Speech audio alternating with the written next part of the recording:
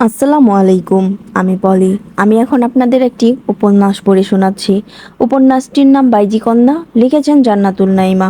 পর্ব সংখ্যা 40 থেকে 42 পর্যন্ত সবগুলো একসাথে পড়ে শোনাচ্ছি। ভাদ্র মাসের ভ্যাপসা গরমে পুরুষালী বলিষ্ঠ দেহের ওম্পে প্রচণ্ড তপ্ত হয়ে উঠল ছোট্ট নরম দেহশ্রী। মাঝরাত থেকেই বিদ্যুৎ নেই, মাথার উপর সিলিং ফ্যানটা ঘুরছে না। ঘুমন্ত প্রণয়ের শরীর থেকে শ্বেত জল চুইয়ে চুইয়ে শাহিনুরের সারা গায়ে মিশে যাচ্ছে।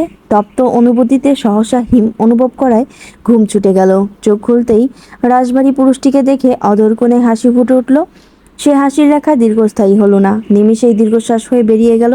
ছলছল দৃষ্টিতে কিছুক্ষণ তাকিয়ে থেকে মুখ উঁচিয়ে কপালে চুমু খেলো।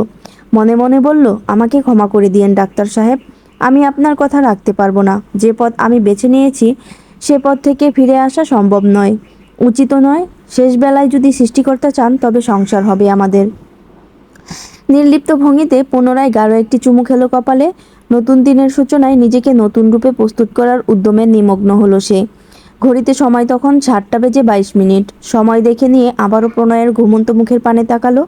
মানুষটা তাকে দুহাতে আবদ্ধ করে গায়ের সঙ্গে গা লেপটে ঘুমাচ্ছে। স্বামীর ঘর্মাক্ত দেহে নাক ডুবিয়ে চোখ বুজে ঘ্রাণ নিল একবার। অন্তকোণে চিনচিনে ব্যথা অনুভব হলো। ব্যথাটুকু যত্ন সহকারে লুকিয়ে অতি সাবধানে স্বামীর বাহুডোর থেকে নিজেকে মুক্ত করলো। পালঙ্ক থেকে নেমে দাঁড়াতেই মাথাটা ঝিমঝিম করে উঠল। চারপাশটা কেমন ফাঁকা ফাঁকা লাগলো। শূন্য বুকটায় একটি হাত চেপে রুদ্ধশ্বাস ছাড়লো। পেছন ফিরে আবারও তাকালো প্রণয়ের দিকে। অস্ফুট সরে বলল, অন্যায় আমার সঙ্গে হয়েছে, জবাবটা আমিই দেব। আমি জানি এর জন্য কঠিন শাস্তি অপেক্ষা করছে আমার জন্য। আপনার থেকে ক্ষমা পেলেও পৃথিবীর কারো থেকে পাবো না। আপনার মনের আইনের ছাড় পেলেও বিবেকের আইনে ছাড় পাবো না। দূরত্ব যখন আসবেই সূচনা এখান থেকেই হোক। চোখ বন্ধ করে লম্বা একটি নিঃশ্বাস ফেলল শাহিনুর। বিড়বিড় করে বলল, মাঝের একটা মাস সুখ সুখ স্বপ্ন ছিল, আর কিছু নয়। রোজকার মতো ঘুম ভাঙতেই শাহিনুরকে পেল না প্রণয়। খুব স্বাভাবিক মনে করেই গোসল সেরে হসপিটালের জন্য রেডি হলো সে।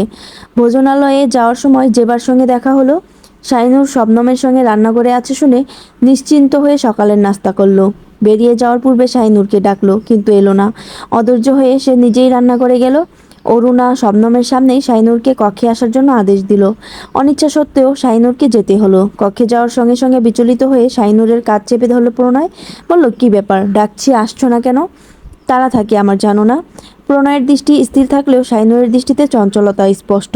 কোনোভাবেই প্রণয়ের দৃষ্টিতে দৃষ্টি মেলালো না সে। প্রণয় চট করে ওর কপালে চুমু খেলো। এক হাতে গালে আলতো ছুঁয়ে বলল, আমার তাড়া আছে, তুমি সাবধানে থেকো। সময় না কাটলে যে বইগুলো এনেছি ওগুলো নিয়ে বড় ভাবির কাছে বসো, আসছি। বেরিয়ে গেল প্রণয়। রোজকার মতো আজ কোনো কিছুই গুছিয়ে দেওয়া হলো না। এ নিয়ে প্রণয় কতটা চিন্তিত বোঝা না গেলেও শাহিনুরের মনটা বড্ড অস্থির লাগতে শুরু করলো। কিন্তু সে অস্থিরতা দমিয়ে রাখার চেষ্টা করলো। তার ডাক্তার সাহেবকে পূর্বের মতোই একা একা বাঁচতে হবে। পাশে পাবে না তাকে। 1 মাসের অভ্যাসটা দ্রুতই পরিবর্তন করতে হবে। মাথায় ঘুমটা টেনে আবারও বের হলো শাহিনুর। ভাবিদার সঙ্গে সকালের নাস্তা সেরে কক্ষে আসার পথে বৈঠকখানায় ময়নাকে দেখতে পেল। মনে পড়ে গেল প্রণয়ের বলা কিছু কথা। সঙ্গে সঙ্গে ক্রোধে চোয়াল শক্ত হয়ে গেল তার। নাকের ডগা লাল বর্ণে পরিণত হলো। ধপাধপ পা ফেলে বৈঠকখানায় উপস্থিত হলো সে। পল্লব আর পলাশকে চা দিয়ে সবেই পেছন ঘুরেছে ময়না। অমনি সজোরে 3টা চড় মারল শাহিনুর। শেষ চড়টার ধকল সামলাতে না পেরে ছিটকে পড়তে নিল সে। তৎক্ষণাৎ পলাশ এসে ধরল ওকে। ক্রুদ্ধ হয়ে তাকালো শাহিনুরের দিকে। ময়না হাউমাউ করে কেঁদে উঠল। পলাশ দাঁতে দাঁত চেপে বলল, তোর এত বড় সাহস? অকপটে জবাব দিল শাহিনুর। বাড়ির চাকরানিকে অন্যায়ের শাস্তি দিতে খুব কম সাহসী লাগে মেজো ভাইজান। যদিও গা গুলিয়ে বমি পেল, তবুও তাচ্ছিল্য সহকারে পলাশকে কিঞ্চিৎ সম্মান দিল সে। এদিকে ময়নার কান্নার শব্দে সকলে বৈঠকখানায় উপস্থিত হয়েছে। তাদের সকলের সম্মুখে গলা উঁচিয়ে রুক্ষ কণ্ঠে শাহিনুর বলল, আমার দাসী হয়ে আমার জিনিস চুরি করেছ, মাপ করে দিয়েছি, কিন্তু আমার স্বামীর জিনিসে হাত বাড়ানোর সাহস হয় কি করে? সহসা শাহিনুরের এমন হুঙ্কারে উপস্থিত সকলের হৃদযন্ত্র কেঁপে উঠল। ময়না থরথর করে কাঁপতে কাঁপতে বলল, আল্লাহ রে, আমি বলে চুরি করছি গো। ও আল্লাহ রে, এমন কথা শোনার আগে মরণ দিল না কে গো। চিৎকার করে কথাগুলো বলেই পলাশের বুকে ঢলে পড়ল ময়না। মুনতাহার রাগে গজগজ করতে করতে এসে একটানে পলাশের থেকে ময়নাকে টেনে এনে বলল, এই তুই ওনার উপর ঢলে পড়ছিস কেন? কিঞ্চিত ভয় পেয়ে ধপাস করে নিচে বসে হাউমাউ করে কাঁদতে শুরু করলো ময়না। শাহিনুর আবারও গর্জে উঠল, সত্যি করে বলো কার কথা এসব করছো তুমি? মুনতাহা চোখ কটমট করে ময়নার চুলের মুঠিতে ধরে বলল, বল কোন সাহসে উনার বুকে মাথা রেখেছিস তুই? মুনতাহার কাণ্ডে অরুণা বিরক্ত হলো, বলল, এসব কি হচ্ছে বৌমা? তোমার শরীর ভালো নেই, এদিকে আসো, এদিকে আসো। মুনতাহাকে টেনে নিয়ে গেল অরুণা। যাওয়ার আগে শাইনুরকে বলে গেল, ঠান্ডা মাথায় বড় বউকে নিয়ে সমস্যা সমাধান করো, প্রয়োজনে কাজ থেকে সারিয়ে দাও, তবুও অশান্তি কইরো না। অরুণা চলে যেতেই পল্লব গম্ভীর স্বরে শবনমকে বলল, মহিলাদের সমস্যা মহিলারাই সামলাও, বলেই পলাশকে ইশারা করে চলে গেল সে। কিন্তু পলাশ এক পাও নড়ল না। সে স্থির চোখে তাকিয়ে রইল শাহিনুরের তেজশ্রী মুখশ্রীর দিকে। শাহিনুর সহসা চট করে প্রেমে পড়েও গেল। এতদিন সে শাহিনুরকে শুধুমাত্র ভোগ্যবস্তু স্বরূপ চাইতো, কচি দেহের প্রতি কামাতুর ছিল। কিন্তু আজ শাহিনুরের মাঝে অন্যরকম এক সৌন্দর্য খুঁজে পেল, যা তার অনুভূতিকে চট করেই চঞ্চল করে তুলল। আগাগোড়া দৃষ্টিপাত করলো শাহিনুরকে। শাহিনুরের শারীরিক গঠনের পরিবর্তন হয়েছে, কিশোরী ভাব সরে গিয়ে যুবতীতে পরিণত হয়েছে। তার আটসার দেহে দুস্তর যৌবনের আভাস স্পষ্ট। পলাশের মাথা মনিয়ে উঠল। চোখের সামনে এত কাছে শাহিনুরের যৌবনশ্রী দেখে পুরুষত্ব জেগে উঠল। অদ্ভুত এক শব্দ করে অধর কামড়ে ধরল। তার অশ্লীল দৃষ্টি দেখে শাহিনুর চোখ মুখ শক্ত করে শবনমকে বলল, বড় ভাবি ময়নাকে নিয়ে অন্দরে আসুন। চোখের পলক বৈঠকখানা ত্যাগ করলো শাহিনুর। শরীরের শিরায় শিরায় জ্বলতে শুরু করলো পলাশের। মস্তিষ্ক থেকে যেন রক্তের ফোয়ারা ছুটতে শুরু করলো। কোনো ক্রমেই নিজেকে নিয়ন্ত্রণ করতে পারল না সে। বাধ্য হয়ে পল্লবকে নিজের অনুভূতির কথা জানালো। পল্লব বলল, তুই ভুল করছিস। এখনও ওই মেয়ের আশা কেন করছিস? মেয়েটা আমাদের ছোট ভাইয়ের বউ। সবচেয়ে বড় কথা, যে আশায় ছিলি সেটা আর সম্ভব না। বিশ্রীভঙ্গিতে হাসলো পলাশ। বলল, একদিনের জন্য হলেও ওকে আমার চাই। বাসি জিনিসের প্রতি এত আকর্ষণ? টাটকা এনে দেব, তবুও ওর কথা ভুলে যা। যতকাল নারীর দেহে যৌবন আছে ততকাল সে দেহ বাসি হয় না। ওই নারীতে যে শুধু সুধা আছে তা আমি পান করেই ছাড়ব। বদ্ধকক্ষের ভিতরে ঘণ্টাখানিক সময় নিয়ে জেরা করা হলো ময়নাকে। তবুও তার মুখ থেকে আশানুরূপ উত্তর পাওয়া গেল না। শুধু নির্লজ্জের মতো ফ্যাচফ্যাচ করে কাঁদলো আর বলল, বিশ্বাস করেন বড় ভাবি, বিশ্বাস করেন নতুন ভাবি, আমি কিছু করি নাই। আমারে ছাইরা দেন, আমনেগো পায়ে পইরা কই, আমারে ছাইরা দেন। ব্যর্থ হয়ে শবনম শাহিনুরকে জিজ্ঞেস করলো, নূর তুমি ওর সামনেই আসল ঘটনাটা বলো তো। চোখে মুখে কাঠিন্যতা ফুটিয়ে তুলে শাহিনুর বলল, বিয়ের পরের দিন আমার বক্ষবাস খুঁজে পাচ্ছিলাম না, এটা তো আপনি জানেন। কিন্তু ডাক্তার সাহেবের সেন্ডুগেঞ্জির কথা জানেন না? আমাদের দুজনের এই দুটো জিনিস ওর কোন কাজে লেগেছে আজ ওকে জবাব দিতেই হবে। ময়না আটকে উঠল, কান্নার শব্দও বেড়ে গেল তার। বিভিন্নভাবে মিথ্যা কথা বলে আসল কারণটা লুকিয়ে গেল, যা শবনম শাহিনুর দুজনেই বুঝতে পারল। শেষে শবনমের আদেশে ময়নাকে কাজ থেকে সারিয়ে দেওয়া হলো। শুধু তাই নয়, পাঁচফোড়ন গৃহ থেকেও চিরতরে বিদায় দেওয়া হলো। সবশেষে একটুও স্বস্তি পেল না শাহিনুর। মনের ভিতর খসখস করতে শুরু করলো। তার অস্বস্তি টের পেয়ে শবনম বলল, নূর, আমার ধারণা ময়নাকে এবাড়িরই কেউ নিয়ে এসেছিল। হয়তো কালো জাদু করার জন্যই তোমাদের পোশাক চুরি করিয়েছে ওকে দিয়ে। ভুরু কুচকে তাকিয়ে রইল শাহিনুর। পুনরায় শবনম বলল, এমনটা হয় স্বামী স্ত্রীর মাঝে দূরত্ব সৃষ্টি করার জন্য, সংসারে অশান্তি করার জন্য, বা কাউকে নিজের আয়ত্তে আনার জন্য কালো বিদ্যা আশ্রয় নেয় অনেকে। এরপর থেকে সাবধানে থেকো। হাতের নখ কেটে মাটিতে গেড়ে ফেলো, চুলগুলো পলিথিনে জমিয়ে পড়ে মাটিতে পুঁতে ফেলবে। নখ আর চুল কিন্তু কালো জাদুতে বেশি সাহায্য করে। বিস্মিত হয়েও হলো না শাহিনুর। যেখানে একজন মানুষের দ্বারা অপর মানুষের প্রাণ নাশ হয়, সেখানে এইসব জাদুও সম্ভব? দীর্ঘশ্বাস ছেড়ে সন্দেহের বাণ পলাশের দিকেই ছুড়ল সে। প্রায় 1 মাস হয়ে গেল। প্রণয়ের প্রতি পূর্বের চেয়েও অধিক উদাসীনতা বাড়তে লাগলো শাহিনুরের। এই 1 মাসে রাত গভীর হলে যতবার প্রণয় তার সঙ্গে অন্তরঙ্গ হতে চেয়েছে ততবারই সে ফিরিয়ে দিয়েছে। হঠাৎ শাহিনুরের পূর্বের ন্যায় আচরণ বোধগম্য হলো না। ভালোবাসার রাগ সবটাই শুধু নিয়ন্ত্রণ করে যাচ্ছে প্রণয়। জোর জুলুম করে শারীরিকভাবে মিলিত হওয়া তার স্বভাব বিরুদ্ধ। পালঙ্কের দুপ্রান্তে প্রাণহীন হয়ে পড়ে থাকে দুজন। যখন ঘুমে বিভোর হয়ে যায়, সে তার পানে গোপনে তাকিয়ে থাকে শাহিনুর। মন ভরে চোখ ভরে দেখে তাকে, মনের তৃষ্ণা মেটায়, চোখের তৃষ্ণা মেটায়। রোজ রাতে ঘুমের ভান করে শাহিনুরের এই গোপন ভালোবাসা অনুভব করে সে। প্রতিদিনের মতো আজও ঘুমিয়ে পড়ার ভান করে ভারী নিঃশ্বাস ছাড়তে শুরু করলো প্রণয়। শাহিনুরও হাঁটুতে মাথা কাত করে রেখে তাকিয়ে রইল তার দিকে। দুজন মানুষ কেউই কারো মনের কথোপকথন শুনল না। শাহিনুরের নীরবতা, উদাসীনতার রহস্য খুঁজে পায় না প্রণয়। আর শাহিনুর ভাবে সে একজন খুনি। একজন খুনির সঙ্গে আর যাই হোক ঘর বাঁধা যায় না। পলাশ যেমন খুনি, সেও খুনি। পার্থক্য এটুকুই, পলাশ নিরপরাধ একজন মানুষকে নৃশংসভাবে খুন করেছে, আর সে অপরাধীকে খুন করেছে। আইন নিজের হাতে তুলে নেওয়া অপরাধ, তাই সে নিজেও অপরাধ করেছে। ভবিষ্যতে আরও অপরাধ হওয়ার সম্ভাবনা আছে তার দ্বারা।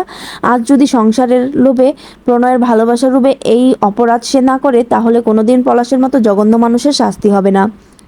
দুনিয়ার কোনো আদালত শাস্তি দিতে পারবে না পলাশকে। যতদিন পলাশ বেঁচে থাকবে ততদিন পাঁচফরণ গৃহ অভিশাপ মুক্ত হবে না বাইজি গৃহের ওই অসহায় নারীগুলো। শান্তি পাবে না মান্নাত বুবুর আত্মা। সবুরুদ্দিনকে খুন করে সে রেহাই পেয়েছে, কিন্তু পলাশের বেলায় কখনোই রেহাই পাবে না। হয়তো প্রণয় নিজেই রেহাই দেবে না তাকে। সবশেষে যখন খুনের দায়ে তার জেল হবে, ফাঁসি হবে, তাকে ছাড়াই বাঁচতে হবে প্রণয়কে। সেই বেঁচে থাকা যেন কঠিন না হয়, তাই এখন থেকেই অভ্যাস করাচ্ছে। মাঝের কয়েকটা মাস ভুলে যেতে খুব বেশি সময় লাগবে না বোধ হয়। চোয়াল বেয়ে দুফোঁটা অশ্রুপাত ঘটল। নাক টানার শব্দ শুনতেই সহসা চোখ মেলে তাকালো প্রণয়। ভুরুযুগল কুঁচকে বলল, লুকিয়ে লুকিয়ে দেখছো, বাধা দেইনি। দেখবে আর কাঁদবে, তবুও বাধা দেব না। এটা ভাবলে তুমি ভুল ভেবেছ। মৃদু কেঁপে উঠল শাইনুর, ত্বরান্বিত হয়ে অশ্রুজল মুছে কপট টাক দেখিয়ে বলল, তার মানে আপনি ঘুমের ভান করছিলেন? ছি! শরীর টানটান করে উঠে বসল প্রণয়। প্রগাঢ় দৃষ্টিতে তাকিয়ে অধর কোণে কুটিল হাসি ফুটিয়ে তুলে বলল, চুরিবিদ্যা মহাবিদ্যা, যদি না পড়ো ধরা। ইতস্তভাবে চারপাশের দৃষ্টি বুলিয়ে আমতা আমতা করে সে বলল, আমি আপনাকে দেখছিলাম না। কিঞ্চিত বল প্রয়োগ করে শাহিনুরের বাহু চেপে ধরল প্রণয়। ধীরস্বরে বলল, আমি মিথ্যা পছন্দ করি না নূর। ব্যথায় চোখ বন্ধ করে ফেলল শাহিনুর। পরক্ষণেই চোখ খুলল। প্রণয়ের চোখে চোখ রেখে অকপটে জবাব দিল, আমি চুরি করে আপনার দিকে তাকাইনি। দেখার ইচ্ছে হয়েছে তাই তাকিয়েছিলাম। চুরি হলে দরজা জানালার ফাঁক ফোকর দিয়ে চুরি করেই দেখতাম। হাত নরম করে দিল প্রণয়। বাঁকা হেসে মৃদুস্বরে বলল, যাক, শুনে খুশি হলাম। আমার বউয়ের রোজ রাতেই আমাকে দেখার ইচ্ছে হয়, কি সৌভাগ্য আমার। হকচকিয়ে গেল শাহিনুর। তার মানে রোজ রাতেই প্রণয় ঘুমের মান করে থাকে? লজ্জায় মাথা নত হয়ে গেল তার। দেহটাও মৃদু কেঁপে উঠল। এভাবে ধরা পড়বে ঘুণাক্ষরেও টের পায়নি। জটিল থেকে সহজ কোনো বিষয়ই লুকানো যায় না লোকটাকে। তাহলে সে কেন তাদের সম্পর্কে দূরত্ব আনছে সেটা বোঝে না কেন? ছোট্ট একটি নিঃশ্বাস ছেড়ে প্রণয়ের দৃষ্টি জোড়ায় নিজের দৃষ্টি নিক্ষেপ করল। তার চোখে মুখের দুষ্ট হাসি দেখে তীক্ষ্ণ কণ্ঠে বলল, আপনি হাসছেন? হ্যাঁ, হাসবেনই তো। আপনি কি করে বুঝবেন? কি বুঝবো? আপনি কি করে বুঝবেন একটা মেয়ে তার স্বামীকে খুব ভালোবাসলে সরাসরি তার দিকে ভালোবাসার চোখে তাকাতে পারে না, তাই লুকিয়ে লুকিয়ে দেখে? আমিও দেখছিলাম, এতে অন্যায়টা কি হয়েছে বুঝতে পারছি না। এক নিঃশ্বাসে কথাগুলো বলে সহসা থেমে গেল শাইনুর। ঘটনার আকস্মিকতায় নিঃশ্বাস বন্ধ হয়ে এলো। শেষে প্রচণ্ড লজ্জিত হয়ে ধীরে ধীরে পালঙ্ক থেকে নেমে দাঁড়ালো। প্রণয় হাসবে না কাঁদবে কোনোটাই বুঝতে পারল না, তবে শাইনুরকে আটকানোর প্রয়োজন বোধ করলো। শাইনুর যখন পিছু ঘুরে এক কদম পা বাড়ালো, অমনি তার আঁচল টেনে ধরল প্রণয়। ধীরে ধীরে সেও পালঙ্ক ছেড়ে নেমে দাঁড়ালো। শাইনুর চোখ বন্ধ করে ঘন ঘন নিঃশ্বাস ফেলতে শুরু করলো। প্রণয় একদম তার পেছনে দাঁড়িয়ে কানের কাছে মুখ নিয়ে ফিসফিস করে বলল, স্বামীকে এতখানি ভালোবেসেও দূরে থাকা অন্যায়, কাছে না আসা পাপ। বুকের ভিতর ধক করে উঠল, সর্বাঙ্গে কম্পন ধরে গেল। একটি কথা স্মরণ হতেই সে অন্যায় করছে, পাপ করছে। দীর্ঘদিনের দূরত্বের পর আবারও তাদের পুনর্মিলনের এক নিবিড় রজনীর সমাপ্তি ঘটল। রাতের সমাপ্তিতে নিজের বক্ষস্থলে নিশ্চিন্তে ঘুমানো প্রণয়কে দেখে সহসা শাইনুরের হৃৎপিণ্ড কেঁপে উঠল। অন্তঃকোণে পুনরায় প্রশ্ন জাগলো, কি করবে সে? কোন পথে আগাবে? যে পথে প্রণয়ের সঙ্গ পাবে না, সে পথ কতটা সহজ হবে? টুকটাক ব্যস্ততা, নিজেকে সবার থেকে গুটিয়ে নেওয়ার চেষ্টায় কদিন যাবৎ অঙ্গনের কাছে যাওয়া হয়নি। রোজ নিয়ম করে অঙ্গনের কাছে যাওয়া, তাকে ওষুধ খাওয়ানো, দীর্ঘ সময় বসে গল্প করা প্রাত্যহিক জীবনেরই একটা অংশ হয়ে দাঁড়িয়েছিল। হঠাৎ এসব থেকে নিজেকে গুটিয়ে নিলে হয়তো তার ক্ষতি হবে না, কিন্তু অঙ্গনের হতে পারে, কারণ সে স্বাভাবিক নয়। এই যে এতদিন ধরে তাদের মধ্যে একটি বন্ধুত্বপূর্ণ সম্পর্ক গড়ে উঠেছে, তাকে পাশে পেলে ছেলেটার চোখে মুখের অসীম উজ্জ্বলতা সবটা আকস্মিকভাবে ভেঙে গেলে হয়তো সহ্য করতে পারবে না, যেমনটা পারেনি রুমানার মৃত্যুকে। এসব চিন্তা করতে করতেই অঙ্গনের কক্ষের সামনে এসে দাঁড়ালো শাহিনুর। চাবি দিয়ে বদ্ধ কক্ষের তালা খুলে ভিতরে ঢুকতেই দেখলো বেঘরে ঘুমাচ্ছে অঙ্গন। বাচ্চাদের মতো হাত পা ছড়িয়ে ডান হাতের বিদ্যা আঙ্গুল মুখে ঢুকিয়ে ঘুমাচ্ছে। এই দৃশ্য দেখে মিষ্টি করে হাসলো শাহিনুর। পুরো কক্ষে সচেতন দৃষ্টি বুলিয়ে ছোট্ট করে নিঃশ্বাস ফেললো। বিড়বিড় করে বলল, এই গরমে ভাইটা ফ্যান না দিয়েই ঘুমাচ্ছে? কেউ যে এসে ফ্যানটা চালু করে দেবে তাও না, কারো নজর নেই। অসুস্থ হয়েছে বলে সবার অবহেলার পাত্র হয়ে গেছে মানুষটা। বলতে বলতে ফ্যানের সুইচ অন করে বেরিয়ে পড়ল সে, উদ্দেশ্যে নিজের কক্ষে যাওয়া। কিন্তু সৃষ্টিকর্তার পরিকল্পনার কাছে তার পরিকল্পনা তুচ্ছ হয়ে গেল। দরজায় তালা লাগিয়ে পেছনে ঘুরতে সহসা পলাশকে অতি নিকটে দেখে চমকে উঠল। বিশ্রীভঙ্গিতে কিঞ্চিত হাসল পলাশ। ইতস্তভাবে এক কদম পিছুতেই দরজায় পিঠ ঠেকে গেল শাহিনুরের। অশ্লীল দৃষ্টিতে তাকিয়ে অশ্লীল ভঙ্গিতে জিহ্বা দিয়ে সিগারেটে পোড়া ঠোঁটজোড়া ভিজিয়ে নিল পলাশ। এক ঢোক গিলে আশেপাশে সচেতনভাবে নজর বুলালো শাহিনুর। এ মুহূর্তে কি করা উচিত তার? চিৎকার করে সবাইকে ডাকা, নাকি কৌশলে নিজেকে রক্ষা করে চলে যাওয়া? নিমিষেই কপালে বিন্দু বিন্দু ঘাম জমল তার। পলাশ ধীরে ধীরে এতটাই কাছে চলে এসেছে যে আরেকটু কাছে এলেই গায়ের সাথে গা লেগে যাবে। শাহিনুর উপায়ন্তর না পেয়ে কিছু বলার জন্য উদ্যত হতেই শক্তপোক্ত হাত দিয়ে তার নরম উদরে চাপ দিল নরপশু পলাশ। মুহূর্তে সারা শরীরে আগুন ধরে গেল তার। দ্বিতীয়বারের মতো সেই বীভৎস ছোঁয়া পেয়ে নরম হাতে কষিয়ে এক থাপ্পড় লাগালো ঘৃণ্য মানুষটার গালে। প্রকৃতি যেন উচ্চস্বরে হেসে উঠল। তাচ্ছিল্য সহকারে পলাশকে বলতে বলতে লাগলো, সময়ের চাকা থেমে থাকে না জমিদার পুত্র, সময়ের চাকা ঘুরে গেছে। শেষ পর্যন্ত এক বাইজির মেয়ের হাতে তোকে থাপ্পড় খেতে হলো। প্রথমবার এই স্পর্শে পালিয়েছিল শাহিনুর, দ্বিতীয়বার এমন প্রতিক্রিয়া দেবে একটু আশা করেনি পলাশ। অপমান বোধ করলো খুব, পুরুষত্বে ভয়ানক আঘাতও পেল। সামান্য এক বাইজির মেয়ের এত বড় সাহস যে তার গায়ে হাত তোলে! সহসা শরীর ঝাঁকুনি দিয়ে উঠল পলাশের। শাহিনুর ওকে পাশ কাটিয়ে চলে যেতে উদ্যত হতেই ঘোমটার উপর দিয়েই চুলের মুঠিতে ধরে এক টান দিল। সঙ্গে সঙ্গে মৃদু আর্তনাদ করে পলাশের হাত থেকে নিজেকে ছাড়ানোর চেষ্টা করলো শাহিনুর। পলাশ এক হাতে ওর চুলের মুঠি, অপর হাতে ওর নরম গালে শক্ত এক থাপ্পড় লাগালো। ফলশ্রুতিতে ঠোঁটের কোণা বেয়ে রক্তিম তরল টপাটপ করে পড়তে শুরু করলো মেঝেতে। কাতর স্বরে একবার মাগো ডেকে উঠল শাহিনুর। কয়েক সেকেন্ডের ব্যবধানে পিছন থেকে পলাশকে টেনে ধরল পল্লব। অরুণা চোখ মুখ শক্ত করে পলাশের গালে দুটো থাপ্পড় বসালো। ক্রোধে ফেটে পড়ে কাঁপতে কাঁপতে বলল, তুমি ভুলে যাইও না পলাশ জমিদার বাড়ির কর্তি এখনো বেঁচে আছে। লজ্জা করা উচিত ছোট ভাইয়ের বইয়ের দিকে কোনো জোর দাও। ছি ছি, এ বাড়িতে তোমার মুখ আর দেখতে চাই না আমি। মুহূর্তে বাড়ির সকলে এসে বীর জমালো অঙ্গনের কক্ষের সামনে। শবনম এসে শাহিনুরকে বুকে টেনে নিল। 8 মাসের পেট নিয়ে পলাশের দিকে ছলছল দৃষ্টিতে তাকিয়ে রইল মুনতাহা। পাঁচফোড়ন গৃহে থমথমে পরিবেশ বিরাজমান। কারো মুখে রানী, নিস্তব্ধ গৃহের আনাচে কানাচে ঘুমট ভাব স্পষ্ট। এই ঘুমট ভাবে প্রেরণার আচরণ আচমকাই বিস্ফোরণ ঘটালো। গৃহের সবাই যার যার কক্ষে বসে নীরবতা পালন করছিল। পল্লব প্রচণ্ড উদ্বিগ্ন হয়ে বসেছিল বৈঠকখানায়। ইতিমধ্যে গৃহের সমস্ত খবর প্রণয়ের কাছে পৌঁছে গেছে। হাসপাতালে কার্যকর অবস্থায় থাকাকালীনই গৃহের এক বিশ্বস্ত বৃত্তের মাধ্যমে খবর পেয়েছে প্রণয়। চোখের পলকেই কখন প্রণয় হাজির হয় আর কখন সংকীর্ণ পরিবেশের সৃষ্টি হয় বলা যায় না। ভয়াবহ এই বিপদটুকু কিভাবে মোকাবেলা করবে সেই চিন্তায় কপালের ঘাম চোয়াল বেয়ে পড়ছে তার। এদিকে মুনতাহা কক্ষে দাঁড় দিয়ে অশ্রু বিসর্জন দিচ্ছে। তার স্বামীকে বাড়ি থেকে বের করে দেওয়া হয়েছে। এটুকুতেই যদি শেষ হতো তবে ঠিক ছিল, কিন্তু না, প্রণয়ে যে বৈশিষ্ট্যের মানুষ না জানি কি করে ফেলে। সকলেই যখন প্রণয়ের ভয়ে তটস্থ, অরুণা যখন ক্রোধের তাড়নায় নিশ্চুপ ভূমিকা পালন করছে, প্রেরণা তখন উপায় না পেয়ে সকলের চিন্তা দূর করার জন্য প্রণয়ের কক্ষে গিয়ে উপস্থিত হলো। শাহিনুর অনড় হয়ে বসেছিল পালঙ্কে। শবনম পাশে বসে সান্ত্বনা দিচ্ছিল তাকে। প্রেরণা সোজা কক্ষে ঢুকে শাহিনুরের সামনে দাঁড়ালো। শাশুড়িকে কক্ষে দেখে শবনম শাহিনুর দুজনেই পালঙ্ক ছেড়ে উঠে দাঁড়ালো। প্রেরণা তীক্ষ্ণ দৃষ্টিতে শাহিনুরের দিকে তাকিয়ে কঠিন স্বরে বলল, আমার ছেলে যদি বাড়ি ঢুকে কোনো প্রকার অশান্তি করে কোনোদিন তোমার ভালো হবে না বলে দিলাম। শবনম শাহিনুর দুজনেই হতভম্ব হয়ে দাঁড়িয়ে রইল। ওদের মনে হলো তাদের সামনে কোনো জমিদার গিন্নি দাঁড়িয়ে নেই। সম্মুখের মহিলাটি জমিদার গিন্নি হতে পারে না কারো আদর্শ মা হতে। যিনি দাঁড়িয়ে আছেন তিনি প্রণয়ের মাও নন। হতে পারে তিনি প্রণয়কে গর্ভে ধারণ করেছে, কিন্তু মা নয়। সে কেবল পলাশের মতো কুলাঙ্গারের মা। এমন মায়ের অমন সন্তান না থাকাই স্বাভাবিক। প্রণয়ের মতো আদর্শবান সন্তান তার গর্ভে এসেছে ভাবতেও সংশয় লাগলো। প্রেরণা আবার বলল, প্রণয় বাড়ি আসার পর যদি অশান্তি হওয়ার আগেই সবটা তুমি সামলাতে পারো ভালো কথা, নয়তো সকলের সামনে আজ আমি গলায় দড়ি দেব। প্রেরণার এই ভয়ানক বাণী শুনে শবনম শাহিনুর দুজনেই দেহই নড়ে উঠল। ধারের বাইরে থেকে তৎক্ষণাৎ তীব্র ক্রোধে জর্জরিত ভয়ানক কণ্ঠস্বর ভেসে এলো, যে পরিস্থিতি তৈরি হলে আপনার ছেলেকে আপনি সামলাতে পারবেন না, সে পরিস্থিতিতে তার স্ত্রী সামলাতে পারবে এই ধারণা কেন হলো? সহসা 3টে প্রাণী আতঙ্কিত হয়ে উঠল। ধারের বাইরে যন্ত্রমানবের ন্যায় অটল হয়ে দাঁড়িয়ে আছে প্রণয়। তার শ্যামবর্ণীয় চেহারাটা হঠাৎই যেন কৃষ্ণবর্ণে রূপান্তরিত হয়েছে। স্পষ্ট এবং সূক্ষ্ম দৃষ্টিজোড়া রক্তিম বর্ণে নিমজ্জিত হয়ে আছে। দূর থেকে দেখলে মনে হবে তার মধ্যে প্রাণ নেই। নিঃশ্বাসরুদ্ধ প্রাণহীন নিশ্চল হয়ে দাঁড়িয়ে পুনরায় প্রশ্ন করল প্রণয়, আমি এতটা মহান না। আমিও কিন্তু জমিদার অলিওরের সন্তান। হ্যাঁ, আমার স্ত্রীর প্রতি ভালোবাসা আছে, সম্মান আছে। তাই বলে সব পরিস্থিতিতে তার বাধ্য হয়ে থাকার মতো পুরুষ আমি না।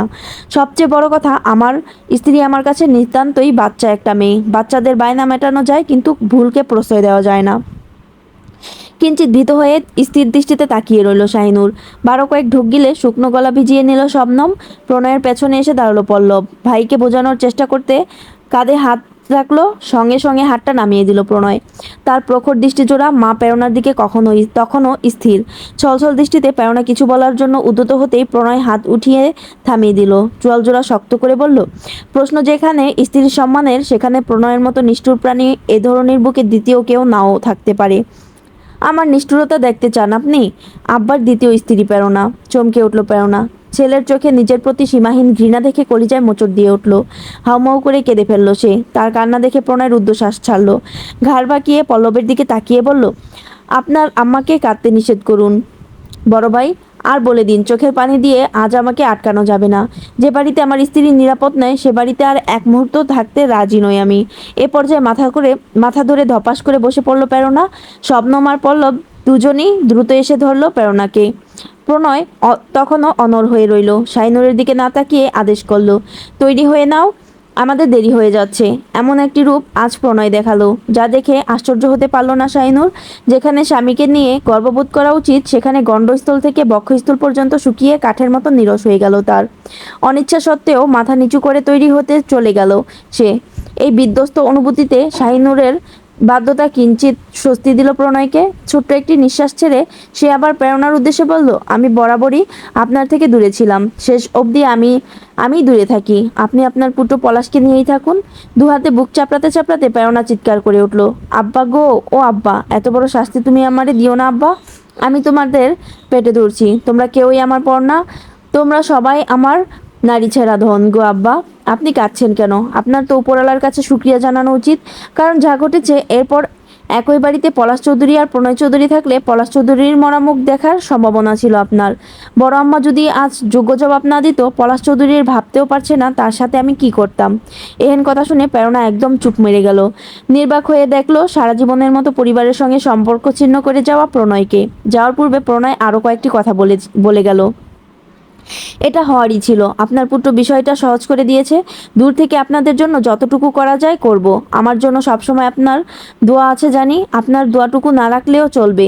শুধু দোয়া করে আমার স্ত্রীকে অভিশাপ দেবেন, দয়া করে আমার স্ত্রীকে অভিশাপ দেবেন না। সব সময় মাথায় রাখবেন, নূরের ক্ষতি মানে আপনার নারী ছেঁড়া ধন, প্রণয়েরও ক্ষতি। তার কিছু হলে আপনার ছেলেকে পঙ্গুত্ব বরণ করতে হবে, কারণ সে আপনার ছেলের অর্ধাঙ্গিনী, সহজ ভাষায় অর্ধেক অঙ্গ।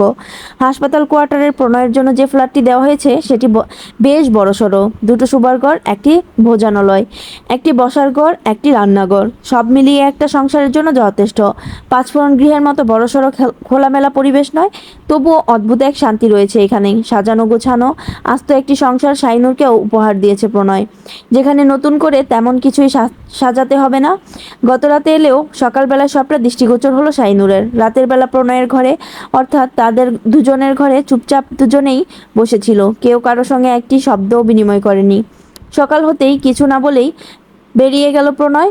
যাওয়ার পূর্বে বলে গেছে বাইরে থেকে দরজা লক করে যাবে। লক মানে তালাবদ্ধ করে যাওয়া, এটাও বুঝেছে। সে যেন ভয় না পায়, চাইলে ভিতর থেকে সেও ছিটকিনি লাগাতে পারে। যেহেতু প্রণয় লক করে গেছে, সেহেতু সে আর ছিটকিনি লাগালো না। সে গুটি গুটি পায়ে হেঁটে হেঁটে তার নতুন সংসার দেখতে লাগলো। এ ঘর ও ঘর, বসার ঘর থেকে শুরু করে প্রতিটি জায়গা বারবার ঘুরে ঘুরে দেখলো। কখনো কখনো একটু করে ছুঁয়ে দিল দেয়ালগুলোতে। অদ্ভুত এক শিহরণে শিহরিত হয়ে উঠল মন। দেয়ালে দেয়ালে যেন প্রণয়ের ভালোবাসা মিশে আছে। প্রতিটি আসবাবপত্রেও ছুঁয়ে ছুঁয়ে অনুভব করলো সীমাহীন ভালোবাসা, অজস্র স্বপ্ন। কত যত্ন নিয়ে, কত ভালোবাসা নিয়ে এই সংসারটি সাজিয়েছে প্রণয়, তা দেখেই বোঝা যাচ্ছে। চোখ বন্ধ করে শাহিনুর অনুভব করলো, এই সেই সংসার, এই সেই ঘর, যে ঘরের আনাচে কানাচে ভালোবাসা মিশে রয়েছে। প্রণয়ের অবয়ব বেসে উঠতেই বিড়বিড় করে বলল, এই সেই চোখ, যে চোখে হিংস্র স্বপ্নেরা হাতছানি দেয়। এই সেই বুক, যে বুকে আমার শান্তি মেলে। সকাল 10টা নাগাদ একজন ভৃত্যকে নিয়ে ফিরল প্রণয়, যার দুহাত ভর্তি বাজার ছিল। বাসায় ফিরে বাজারগুলো দেখিয়ে প্রণয় প্রথম যে কথাটি বলল তা হলো, নূর, কোনো মহিলা খুঁজে পেলাম না, আজকের জন্য একটু কষ্ট করতে হবে তোমায়। গোপনে একটু হাসলো শাহিনুর। যদিও টের পেল প্রণয়, তবুও কিছু বলল না। গোপন হাসিটুকু শেষ করে নরম গলায় সে জবাব দিল, আমি পারবো। বাজারগুলো রেখে বৃত্ত চলে গেল। প্রণয় যতটুকু পারে সাহায্য করলো শাহিনুরকে। দুজন মিলে সবজি কাটা শেষে শুরু করে রান্না করা, সব কিছু ফ্রিজে গুছিয়ে রাখা, সমস্তই করলো। নতুন সংসারে রান্নাবান্না করে প্রথম দিন সকালের খাবার দুপুরে খেলো তারা। তবুও কি যে অসীম শান্তি, তৃপ্তিতে বুক ভরে গেল, তা কাউকে বলে বুঝিয়ে প্রকাশ করা সম্ভব না। এভাবে প্রায় দুদিন কেটে গেল। এই দুদিনে পুরো সংসারের সমস্ত কিছু মুখস্থ করে নিল শাহিনুর। তৃতীয় দিন নির্দিষ্ট সময়ে প্রণয় হাসপাতালে চলে গেল। শাহিনুরের একা সময় কাটতে লাগলো। হঠাৎ খুব মনে পড়লো মা সমতুল্য বড় ভাবি শবনমকে, বোন সমতুল্য জেবাকে, ভাই বন্ধু অঙ্গনকে।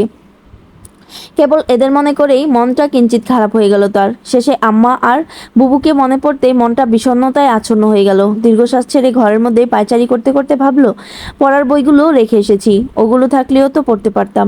ইস, এ সময়টাতে বড় ভাবির কাছে পড়তাম আমি। একা একা কিছুই ভালো লাগলো না শাহিনুরের। করার মতো কোনো কাজও খুঁজে পেল না। কি করবে ভাবতে ভাবতে সহসা মনে পড়লো বারান্দায় প্রণয়ের কিছু শার্ট প্যান্ট শুকাতে দিয়েছে। কড়া রোদে সেগুলো শুকিয়ে গেছে দেখে তুলে এনে নিজ হাতে যত্ন সহকারে ইস্ত্রি করে ভাঁজ করে আলমারিতে রেখে কপাট বন্ধ করে দিল। হঠাৎ কি যেন ভেবে পুনরায় কপাট খুললো। তার কয়েকটা শাড়ি বের করে আবার নতুন করে ভাঁজ করে রাখলো। প্রণয়ের সবগুলো শার্ট প্যান্ট পাঞ্জাবি বের করে আবার নতুন করে ভাঁজ করলো। সময় কাটাতেই মূলত এসব করছিল সে। সবশেষে যখন আবার সেগুলো আলমারিতে রাখতে যাবে তখনই খেয়াল করলো একদম ভিতরের দিকে সুন্দর ভাঁজে সাদা একটি কাগজ পড়ে আছে। আলমারির ভিতরে কিছুটা আদার থাকায় সাদা চিরকুটটুকু ভালোভাবেই চোখে বেজেছে। এত কাপড়ের মাঝে একটি কাগজ বড্ড বেমানান লাগলো শাহিনুরের কাছে। তাই কাগজটি নিয়ে কাপড়গুলো গুছিয়ে কপাট লাগিয়ে দিল। চিন্তিত ভঙ্গিতে কাগজের টুকরোটা নিয়ে রাখলো বিছানার তলায়। পরক্ষণে কি ভেবে যেন টুকরোটা বের করলো। ভাবুক দৃষ্টিতে তাকিয়ে কাগজের ভাঁজ খুলতেই ক্ষুদ্র ক্ষুদ্র অক্ষর স্পষ্ট হয়ে ধরা দিল তার দৃষ্টিতে।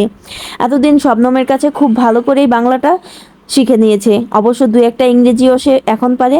যেহেতু বাংলা পড়তে জানে সেহেতু সাদা পাতায় লেখা কালো অক্ষরগুলো বেশ গুছিয়েই পড়ল সে।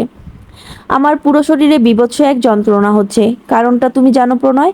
আজ আমি কলুষিত হয়েছি। কি ভাগ্য আমার, যাকে সবচেয়ে বেশি ভরসা করে এসেছি তাকে দিয়েই কলঙ্কিত হলাম আমি।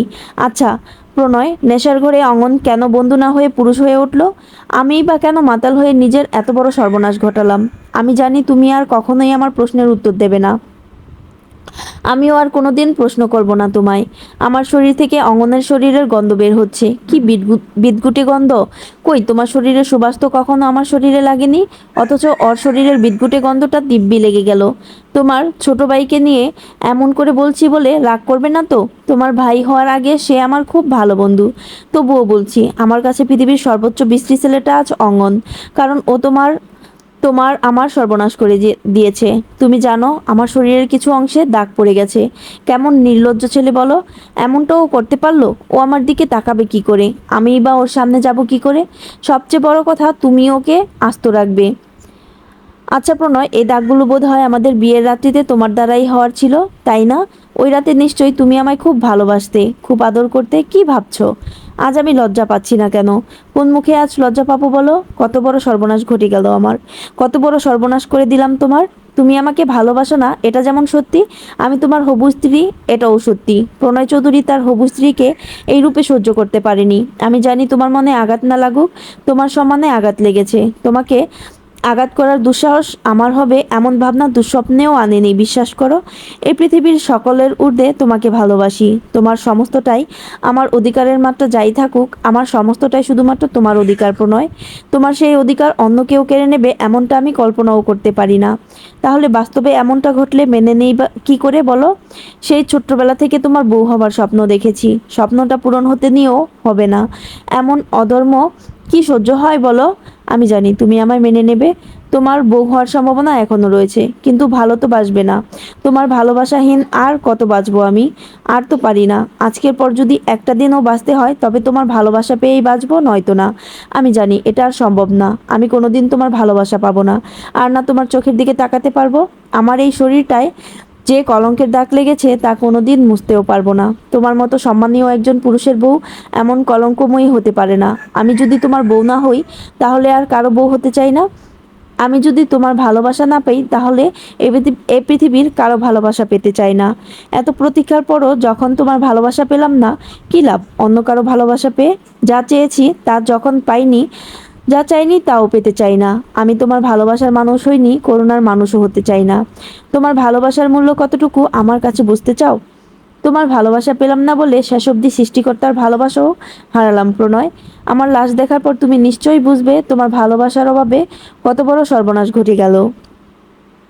শেষবেলায় বলতে পারলাম না, আমি তোমাকে খুব ভালোবাসি প্রণয়।